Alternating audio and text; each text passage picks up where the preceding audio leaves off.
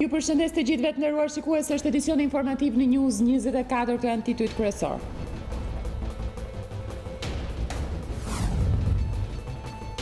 Presidenti Meta kërkoi nga palët politike konsensus lidhur me reformën zgjedhore, ai bëri apel për vullnet politik dhe të mos intimidohen qytetarët me arrogancë dhe hezitime. Dy vëllezërit Gramoz dhe Gjontit Bardhi me Gramës të Krujës u qelluan me breshëri plumbash pranë banesës së tyre nga 32 vjeçari Roland Pula pas konflikteve të vazhdueshme me njëri tjetrin.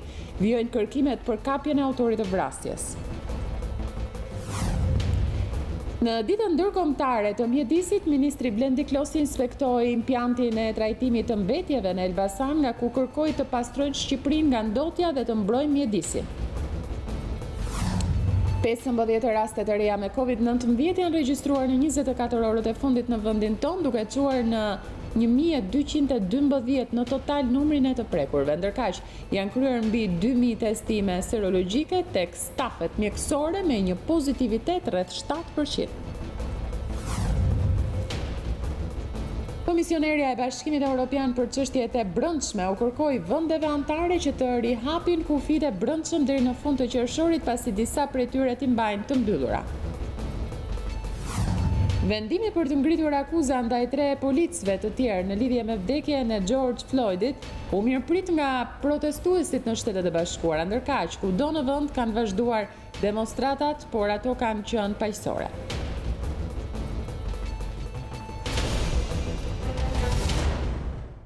Ju njoh tani për më gjërësisht, do ta nisim bashkë edicionin e lajmeve me një lidhje të drejtë për drejtë me kolegun Ergys Gjenqa, i cili do të na japë informacionet e tij lidhur me zhvillimet që kanë qenë ditën e sotme në presidencë. Ka patur një takim presidenti Meta me ambasadorin e Shteteve të Bashkuara të Amerikës, zonjën Yuri Kim, nga ku më pas kishte edhe konferencën për shtyp. Ergys, të përshëndes, çfarë informacionesh ka nga takimi i zhvilluar mes presidentit Meta dhe zonjës Kim, që u pasua më pas me një nga konferenca? Nisë të përshëndetje. Ambasadorja amerikane Yuri Kim bëriti në cilin e presidencës në orën 11. Takimi mes saj dhe presidentit e Republikës ka zgjatur për rreth 90 minuta. Presidenti i Republikës në daljen për shtyp, në konferencën për shtyp tashmë tradicionale të premteve, nuk ka dhënë shumë detaje për sa i përket bisedës që ai ka pasur me zonjën Kim. Sigurisht çështjet kryesore që janë diskutuar ka qenë situata aktuale politike në vend dhe më së shumti për sa i përket gjithçka është bërë negociateve të zhvilluara për reformën zgjedhore. Unë do të theksoj faktin se ambasadorja Kim ka qenë e shoqëruar në këtë takim me shefin e sektorit politik dhe ekonomik në ambasadën amerikane, Ian Crawford, personi i cili ka qenë përfaqësuesi i ambasadës amerikane në mbledhjen e së dielës të Këshillit Politik. Të dielën pasditë Këshilli Politik u mblodh në orën 19. Në fillim të saj kishte shpresë për arritjen e një kompromisi mes palëve, por që më pas në mbyllet e tij në mbrëmje gjithçka u venit. Pra dhe ajo shpresë për të vijuar më pas në negociatën në rezidencën e ambasadores amerikane për 2 ditë me radhë me orë të tëra. Pra nuk kemi detaje për sa i përket në bisedës konkrete çfarë presidenti i Republikës ka thënë dhe çfarë ambasadorja amerikane ka përcjell, por reforma zgjedhore, situata politike në vend ka qenë temë dhe objekt i bisedimeve mes kreut të shtetit shqiptar dhe përfaqësuesve së Washingtonit këtu në Tiranë. Ergys, ka patur edhe takimin e tij zoti Meta me zotin Thaçi për të bërë një rezume të asaj çka ka ndodhur mëngjesin e sotëm. Zoti Meta, presidenti i Republikës, ka takuar kreun e shtetit të Kosovës, Hashim Thaçi, me të cilin ka diskutuar për sa i përket bashkëpunimit mes dy vendeve, bashkëpunimi i cili duhet të thellohet akoma më tej. Pika kryesore ka qenë ndërveprimi, sidomos në këtë periudhë të vështirë në këtë koronavirusit, pandemisë shkaktuar nga COVID-19. Sigurisht ka qenë edhe të themi shkëmbime tregtare dhe në fokus ka qenë edhe turizmi, të themi pritjet e turistëve kosovar në Shqipëri gjatë sezonit turistik veror. Situata politike në Kosovë dhe në Shqipëri ka qenë edhe temë e diskutimeve mes krerëve të dy shteteve. Presidenti Meta, i pyetur për sa i përket ndryshimeve në qeverinë e Kosovës, ka theksuar se i respekton vendimet e gjykatës kushtetuese të Kosovës dhe nuk mund të bëj komente mbi to. Ka vlerësuar rolin e Albin Kurtit për aq kohë sa ka qenë kryeministër i Kosovës, ndërkohë që ka uruar dhe punë të mbar dhe kreu të ri të qeverisë Prishtinës Abdullah Hoti. Po Nisidam. Po, faleminderit Ergys për informacionet. Faleminderit juve. Ishim me kolegun Ergys Gjençaj, pas pak qastesh do të shkojmë në një tjetër raportim të drejt për drejt me kolegun Osman Stafa për të na dhënë informacione për takimin mes kreut Partisë Demokratike Lulzim Basha dhe zonjës kryemadhi e zotit Drizi. Do të presim pak qaste por sa të jetë gati Osmani për lidhjen e drejt për drejt, një takim që është zhvilluar mes të treve në selinë e Partisë Demokratike. Për këtë do të na informoj kolegu Osman Stafa. Po, Osman, përshëndetje. Nisida, përshëndetje, atëherë sapo ka përfunduar takimi që zoti Basha po zhvillonte me zotin Idrizi dhe në fakt pak më herët ishte zonja Monika Kryemadhi, ajo e cila doli nga takimi dhe në fakt duket se tashmë është opozita ajo e cila është duke diskutuar rreth propozimit rreth reformës zgjedhore për të dhënë ajo përgjigjen e saj përfundimtare në lidhje me këtë çështje mjaft të diskutuar dhe mjaft të rëndësishme, sa i përket ngërçit politik të krijuar si pasojë e reformës zgjedhore. Duhet kutojmë këtu se Osman, do të ndërpres për pak momente, do të kthehemi pas pak tek ti sepse do të lidhemi drejt për drejt me selinë e Partisë Demokratike për të ndjekur Enkeleda Alibeaj në një deklaratë për media.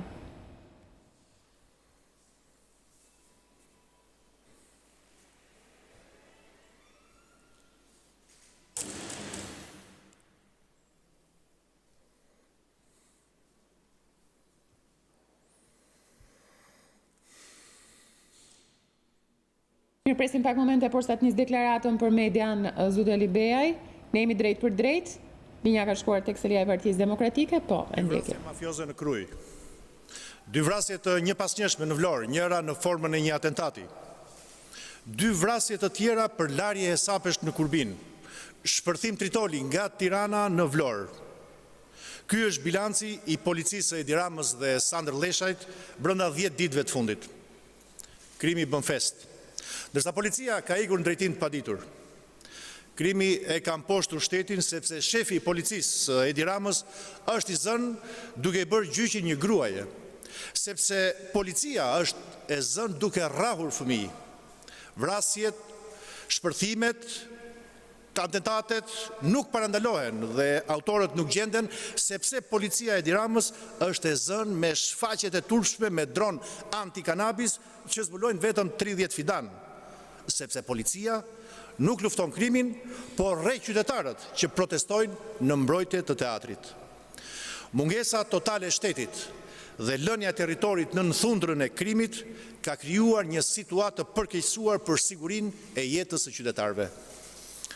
Vrasja e 2 fisht mbrëm në Kruj është vetëm episodi i radhës që ka plotësuar serialin e gjakshëm në vend ku fjalët ligj, rende, siguri tashmë janë bërë të huaja. Janë të gjitha akte të cilat frymëzohen nga mbrojtja e dhunës shtetërore prej Edi Ramës, Sandër Leshajt dhe Ardi Veliut.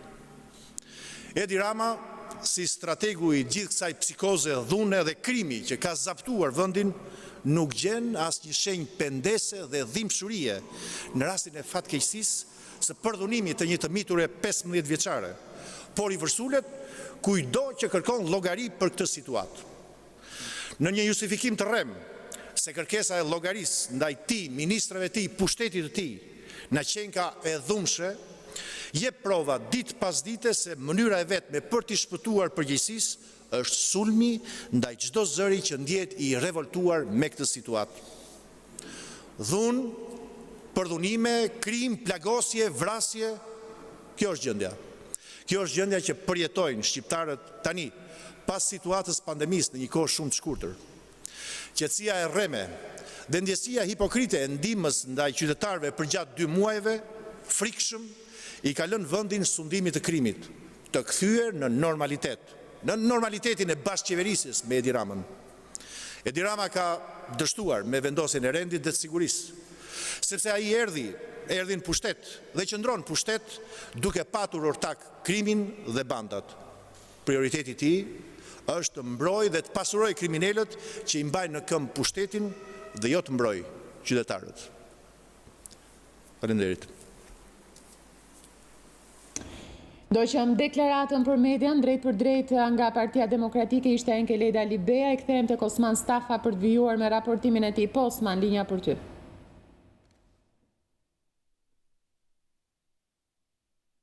Presim pak momente sepse nuk e audio Osman, do të presim pak çaste që të dëgjohesh. Jemi drejt për drejt me Osman Stafën. Ka përfunduar takimi në selin e Partisë Demokratike mes Bashës, kryemadhit Idrizit. Po, Osman, linja për ty. Atëherë nisida për ta ripërsëritur dhe një herë ka përfunduar takimi që zoti Basha po zhvillonte me zonjën kryemadhin dhe zotin Idrizi, pra është një takim në vazhdim e disa takimeve që opozita e bashkuar ka bërë ditët e fundit dhe janë takime për të diskutuar rreth çështjesh mjaft të rëndësishme për të reformës zgjedhore. Pra, siç e tha dhe ambasadorja amerikane zonja Yuri Kim, tashmë topi është në fushën e opozitës së bashkuar dhe tashmë pritet një përgjigje nga opozita e bashkuar në lidhje me propozimet pra për reformën zgjedhore dhe palët ndahen në një pikë dhe është administrata zgjedhore dhe rifunksionimi i ri që do të marrë KQZ-ja, pra Komisioni Qendror i Zgjedhjeve. Ndërkohë për depolitizimin pra administratës zgjedhore ka qenë një kërkesë e Odirit, e rekomanduar nga Odir dhe nga ku mazhoranca ka kërkuar që gjithë pra administrata zgjedhore të depolitizohej. Por në fakt me këtë kërkesë, pra këtë kërkesë ka kundërshtuar fort opozita e bashkuar, teksa thotë se nëse bëhet ky depolitizim dhe zëvendësimi i komisionerëve partijak me personat të cilët do të vinë nga administrata shtetërore dhe për cilën e akuzon se është partijake, nuk do të kishte një proces të rregullt zgjedhor dhe të besueshëm nga gjitha palët. Prandaj opozita e bashkuar dhe propozimi i cili është në tavolinë është i tillë që 3 nga komisionerët kryesorë dhe që do të kenë përgjegjësi penale nëse diçka nuk shkon siç duhet, do të jenë pra që do të vinë nga drejt për drejt nga depolitizimi. Ndërkohë që Partia Demokratike, opozita e bashkuar dhe në bashkëpunim patjetër si marrëveshje me mazhorancën, po diskutojnë mundësinë që 2 nga 4 persona të jenë të opozitës, pra të jenë monitorues në këtë proces dhe 2 tjerët i përkasin mazhorancës. Këtu ndahen pra aktualisht pra partitë politike, duke qenë se tashmë të gjitha diskutimet janë stacionuar këtu në selinë e Partisë Demokratike, pasi njëri nga këta 2 persona të cilët do të jenë monitorues si në procesin pra të votimit edhe në atë të numërimit, do të jetë patjetër i Partisë Demokratike si partia më e madhe opozitare, ndërkohë sa i përket antarit tjetër, këtu janë diskutimet sipas burimeve tona, sepse Lëvizja Socialiste për Integrim kërkon ajo ka pretendimet për të pasur antarin tjetër, ndërkohë që ka edhe parti pra siç është edhe PDI-uja, pra e zotit Idrizi, e cila gjithashtu ka pretendimet e saj për të pasur këtë komisioner, pra këtë monitorues pra në këtë proces. Këtu janë dhe diskutimet dhe ndërkohë presim të dim dhe në vijim se çfarë do të ndodh, nuk e dim për ditën e sotme nëse do të ketë më takime, ditët e kaluara apo kemi pasur takime të zhvilluara, ndërkohë që palët janë larguar, janë rikthyer përsëri pra në selinë e Partisë Demokratike për të vazhduar përsëri pra diskutimet për gjetur një marrëveshje sa i përket çështjes më të rëndësishme pra politike në vend sa i përket reformës zgjedhore. Po, faleminderit Osman për informacion. Faleminderit juve.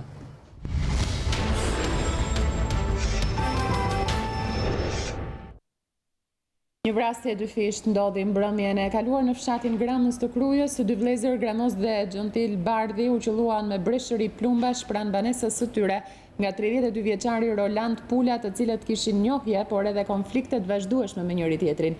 Policia dhe forcat e ndërhyrjes shpejt prej mbrëmjes së të njëjtës vijojnë kërkimet për kapjen e autorit të vrasjes. 2 vëllezër u ekzekutuan me armëzjarri mbrëmjen e së njëjtës në fshatin Gramës të Krujës. Gramos dhe Xhontil Bardhi, 34 dhe 24 vjeç, u qelluan me breshëri plumbash pranë banesës së tyre dhe ndërruan jetë rrugës për në spitalin e traumës në Tiranë. Pak minuta pas ngjarjes policia identifikoi si autor 32 vjeçarin Roland Pula dhe po punon për kapjen e tij, pasi gjeti të braktisur pranë pompave të ujit në fshat, automjetin e tij afër vendit ku ka edhe banesën. Shkak i vrasjes dyshohet të jenë bërshëret e vazhdueshme që vëllezëri dhe autori kanë pasur me njëri tjetrin prej kohësh. Rreth 10 vite më parë, vëllai Gramoz dhe Xhontil Bardhit ka plagosur xhaxhan e autorit me thik, që prej asaj kohe konfliktet mes dy familjeve kanë qenë të vazhdueshme. Edhe natën e kaluar ata janë konfliktuar në një lokal me vëllain e Roland Pulës. E më pas ky i fundit ka shkuar në banesë për të marrë Kalashnikovin dhe u ka zënë prit dy vëllezërve pranë banesës, duke i qelluar me breshëri e më pas u largua me shpejtësinë e errësirë. Për banorët e zonës kjo ngjarje është tepër e rëndë, pasi u vran dy persona të një familje. Timat unë kam njohur për 10 mirë, për sherrin nuk di çfarë më thon as gjë, vetë çka kam marrë vesh kur janë vrarë. Se unë punoj mjekësie dhe më kanë sinjalizuar ndar, që kanë ndodhur kjo gjë për t'u ndihmë njerëz që ishin tukë shtëpia. Arsyet e tjera nuk i di as gjë. Ngjarja ron, se shohën dy djem, e tikin dy pjesëtar të një familje. Roland Pula njihet si person problematik, pasi ka qenë i dënuar më parë për kanosje, vjedhje e plagosje. Autori dhe vëllezërit Bardhi kanë pasur njohje me njëri tjetrin, por ka dyshime se ata kanë qenë bashkëpunëtor në disa vjedhje me dhunë dhe kultivim droge. Gramoz Bardhi ishte i martuar dhe kishte 2 fëmijë. Vëllai tjetër, Xhontil Bardhi, ka kryer studimet për seminarin e priftërinjve në Shkodër dhe për ndarjen e tij nga jeta ka reaguar edhe Dom Gjergj Meta, i cili jep lam të mirën me një foto ku ka dalë së bashku me viktimën. Do të shkëputemi për publicitet tani.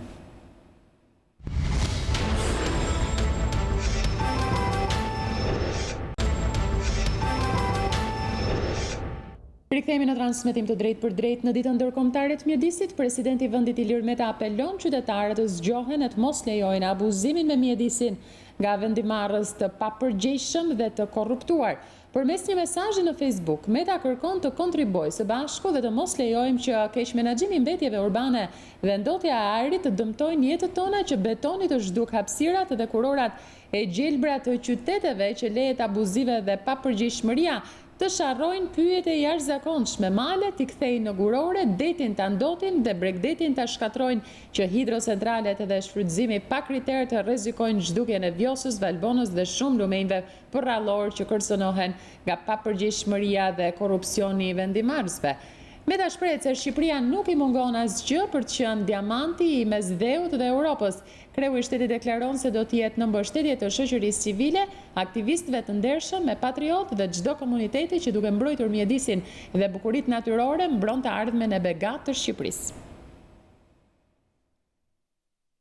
Në ditën ndërkombëtare të mjedisit, ministri Blendi Klosi inspektoi impiantin e trajtimit të mbetjeve në Elbasan, nga ku kërkoi të pastrojmë Shqipërinë nga ndotja dhe të mbrojmë mjedisin. Incineratori i Elbasanit edhe gjithë trajtimi i landfillit të Elbasanit është një thirrje për ndërgjegjësim më të madh publik.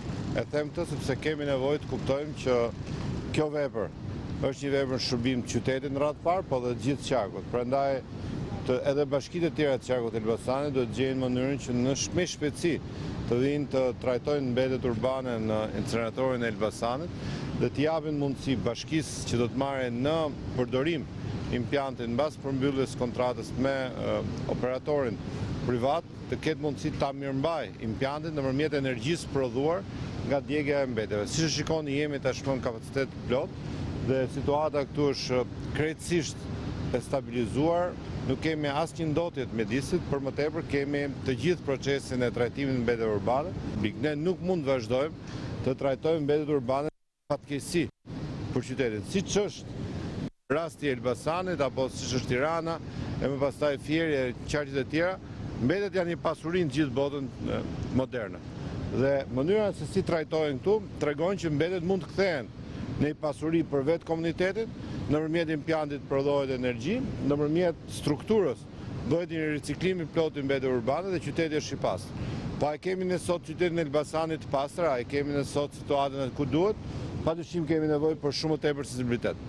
Po të shikojmë në një moment kur kap pak më shumë shi, gjithë lumi shkumbin, që nga kufiri i tij i sipër deri në daljet në detin Adriatik, mbushet me qese plastike, mbushet me mbetje të patrajtuara siç duhet, të cilat nuk ka asnjë arsye në këtë situatë ku jemi, në një Shqipëri e cila po shkon me shumë shpejtësi drejt një Shqipërie europiane, të vazhdojë të jetë ato instalacionet e qeseve plastike që mbushin gjithë lumin e Elbasanit.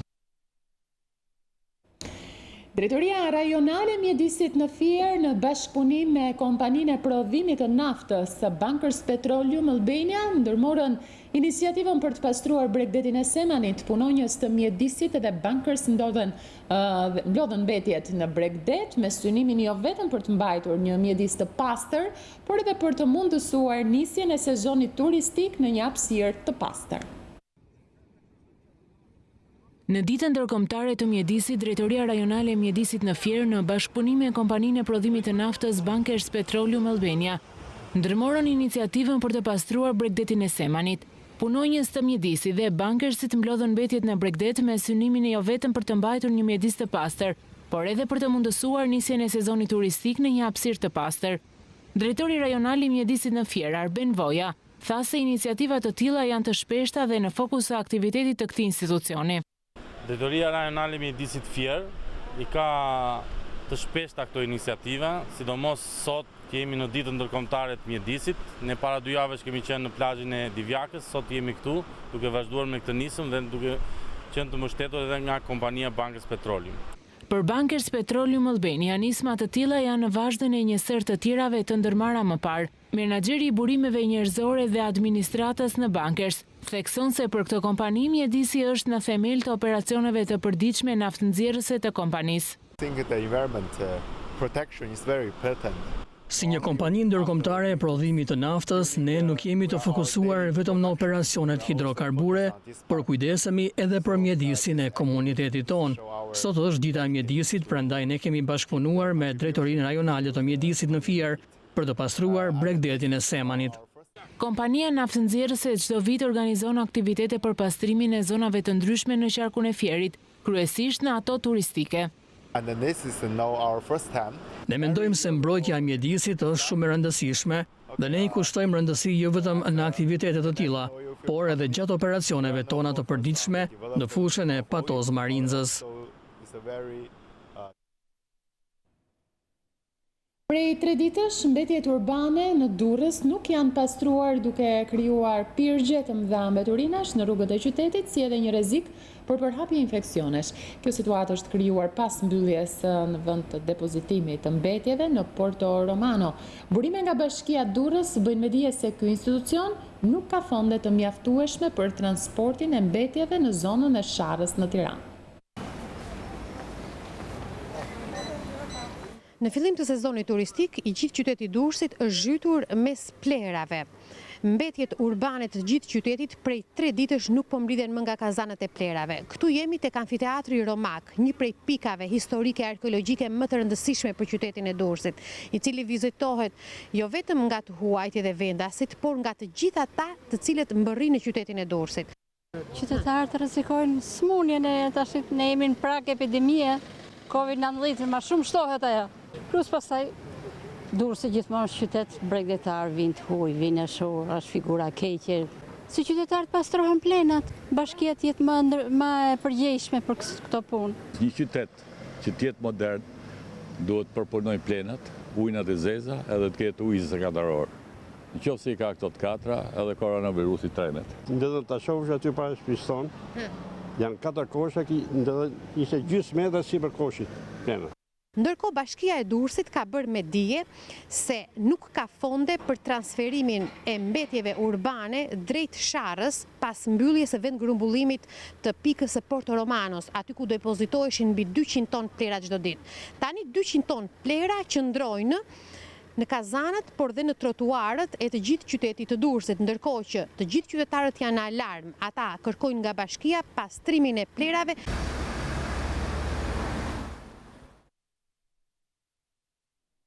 Banorët e Sukthit kanë kundërshtuar me protest depozitimin e mbetjeve urbane në këtë zonë nga Bashkia e Durrësit pas mbylljes së Porto Romanos për ta shndruar atë në një park. Bashkia e Durrësit është zhytur në kolaps për shkak të mbetjeve urbane, të cilat mbeten të papastruara nga kazanët e plehrave. Pak ditë më parë ka nisur puna në landfillin e Porto Romanos, ku pritet që brenda një kohe të shkurtër të kthehet në park arkeologjik. Por mbyllja e vendgrumbullimit të plehrave në Porto Romano ka bërë që Bashkia e Durrësit të mos ketë një vend për grumbullimin dhe për hedhjen e mbetjeve urbane, duke parë nga zonat përreth. Në zonën e Suktit, Bashkia pretendoi dhe tentoi të hidhte mbetje urbane, por banorët e Suktit janë ngritur të gjithë në protestë. Nuk dim se ku do t'i qojmë tani, mbasi t'i ngarkojmë makina, do na ngelen makina. Nuk dim edhe ku t'i qojmë. Qytetarët na kanë bloku komplet, me huj. Plerat më parë ne kishim këtu kompostimin këtu në Durrës. Këtë ka firma që ka marrë për punime na ka bloku. Edhe ne prishim që të qonim në Tiranë. Qeveria të gjejnë vend ai bashkia dhe të hedhin plerat e një. Tu dhe të popullit të protestojmë për shëndetin e fëmijëve. Lejoni të ndodhë kjo? Jo, zotëri, ne do të bëjmë protestat vazhdueshme. Me shëndetin e njerëzve në mund të lutë. Shtetit marr masa të gjeni vend që të hedhin. Duan të na vrasin me mbeturina, duan të hiqim nga Durrësi, mbyllin një plagë atje dhe të hapin një tjetër, ndoshta akoma më të madhe këtu. Jashtë çdo logjike do të më sjellin mbeturinat këtu. Tu është që të shkojnë para drejtësisë ato që kanë bërë këtë katastrofë mjedisore, përkundrazi nuk po ndodh ajo, po ndodh një skandal akoma dhe më i thellë, duan ta thellojnë akoma më shumë. Nuk dilen fëmijët tanë vdesin këtu nga ky tim kancerogjen. Ne kemi rrezikuar për 12 vjetësh këtu. Dhe është viti parë që mas 12 vjetësh ne marrim ajër. Këto përveç se kanë kontaminu kanalin komplet, kanë prish edhe mbi 50 hektar tokë që janë të banorëve këtu. Ata kanë deklaruar se nuk do të lejojnë në asnjë mënyrë që mbetjet urbane të qytetit të Durrësit të depozitohen në zonën e Suktit, ku vetëm një vit më parë janë pastruar. Gjatë ditëve të fundit, lumi Fani Madh ka psuar ndotje mjedisore. Shkak për këtë është bërë vend depozitimi mbetjeve sterile të fabrikës së bakrit. Dëmet sipas specialistëve janë të shumta, teksa denoncimet e banorëve për ndotjen e shkaktuar kanë vënë lëvizje dhe struktura shtetërore. Drejtoria e Shërbimit Pyjor dhe Mbrojtjes së Mjedisit në Bashkinë e Pukës ka vendosur sot një gjop prej 1 milion lekësh të reja ndaj kompanisë pasurimit të bakrit, teksa banorët kanë vendosur t'i drejtohen prokurorisë. Vjojmë e tjetër zhvillim, fermerët e Dvoranit në Korçë, të cilët kanë mbjellë sipërfaqe të mëdha me qershi këtë vit, po përballen me mungesën e tregut për shitjen e tyre. Ata thonë se prodhimi i qershive është tepër i lartë, por nuk ka treg dhe detyrohen të shesin ato nën kosto. Fermerët e fshatit Dvoran vitet e fundit janë orientuar më së shumti drejt mbjelljes së frutit të qershisë, duke rritur vit pas viti sipërfaqe të reja me këtë kulturë. Edhe pse prodhimi këtë vit është mjaft i mirë dhe cilësor, ajo çfarë shqetëson fermerët është mungesa e tregut. Qershia është shumë e mirë, ka cilësi të mirë, po është puna e tregut, s'kan ku ta tregtojnë dhe nuk është çmimi shumë i ulët. Prodhimi është mirë, nuk është keq, po cilësia është e mirë. Po tregu është i dobët. Ja sot tekstualisht që po mbledhim neve, me 800 leka në 80 leka të reja, na i kërkojnë kilen, punëtorët duan leka, s'ka pikë grumbullimi, shumë si që është në divjak. Se të kishte një pikë grumbullimi, të grumbullon të ajo, i dorëzonja atje dhe iknje. Këtu duhet dhe shteti të kontrolloj, më për kjo që është marrë për shemë 700-800 nga fermeri, si vete 2500 në Tiranë në konsumatori. Sipas specialistëve, sipërfaqja e mbyllur me qershi në qarkun e Korçës është 492 hektar, me prodhim deri në 8000 ton qershi.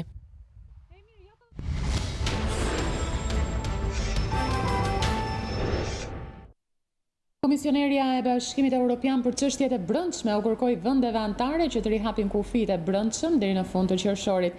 Komisionerja Johansson i bëri komentet përpara një takimi të ministrave të vendeve kombëtare. Disa vende të Bashkimit Evropian i kanë rihapur kufit, por të tjerë vazhdojnë t'i mbajnë të mbyllura. Komisioni Evropian u bëri thirrje vendeve anëtare të BE-s që të heqin të gjitha kontrollet kufitare brenda bllokut deri në fund të qershorit. Deklarata erdhi nga komisionerja për punët e brendshme, Ylva Johansson.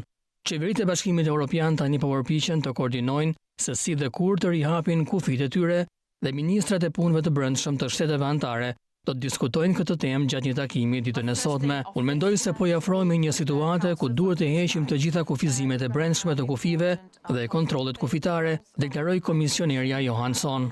Unë do të propozoj që vendet anëtare duhet të heqin të gjitha kontrollet e brendshme kufitare sa më shpejt të jetë e mundur dhe një datë e mirë duhet të jetë fundi i qershorit, tha ajo, duke shtuar se do të bënte zyrtarisht propozimin gjatë këtij takimi. Komisioni Evropian është përpjekur të sigurojë që kufizimet e udhëtimit në të gjithë bllokun të hiqen në një mënyrë të koordinuar dhe ajo zbuloi muajin e kaluar një seri rekomandimesh se si ta bënte këtë.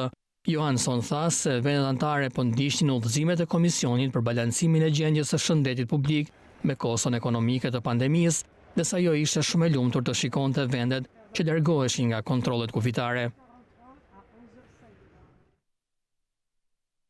Përfundon këtu edicioni lajmeve në News 24. Për të tjera informacione ju mund të na ndiqni duke klikuar në balkanweb.com, aty mund të merrni lajmin më të fundit, ku gjithashtu mund të na ndiqni edhe përmes live streamit, por edhe në kanalin ton zyrtar në YouTube News 24 Albania. Ju falenderoj për vëmendjen tuaj.